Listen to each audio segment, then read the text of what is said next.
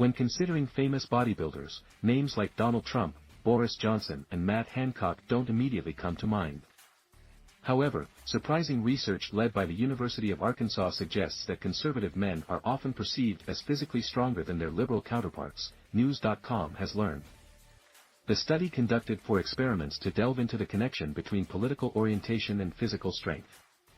The results revealed that men with greater upper body strength were commonly associated with right-wing political views, a connection attributed to heightened competitiveness. Dr. Mitch Brown, an evolutionary psychologist and the lead author of the study, stated, "There's always a possibility that politicians lean into these stereotypes when making their decisions, but I don't necessarily have any data to support those claims." That said, physically strong men are indeed more likely to espouse conservative viewpoints, or at least what we have deemed to be conservative with our modern folk language. Think of political ideology as a means toward self-interest. To investigate this further, researchers recruited 203 students, including 153 women, 49 men, and 1 undisclosed participant. These individuals were tasked with guessing the political beliefs of 8 men and ranking their perceived strength. Scenario questions were also used, asking participants to identify who among the men was more likely to oppose higher taxes, abortion, or immigration, among other issues. The findings consistently indicated that conservative men were generally perceived as stronger. This perception was linked to the inherent competitiveness often associated with right-wing politics. However, men with weaker physical attributes were perceived as neither conservative nor liberal, introducing uncertainty into these patterns. Dr. Brown elaborated, "Strong men have considerable bargaining power that would have historically led to winning contests for resources more easily.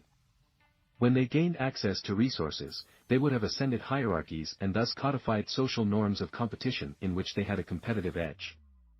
Physically weaker people did not have that power and would conversely favor group norms that are less competition-focused."